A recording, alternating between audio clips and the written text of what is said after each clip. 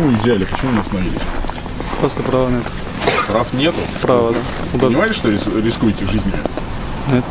Не понимали? То есть удирая. А чей автомобиль? Аренда. Арендный? Не ваш? У вас проблемы с законом были какие-то? Привлекались ранее? Нет. Ну, вы понимаете, что вам грозит сейчас? Не понимаете? Первый раз? А русский понимаете язык? Ну, вообще не понимаю. Не понимаете русский? Вам переводчик нужен? Да.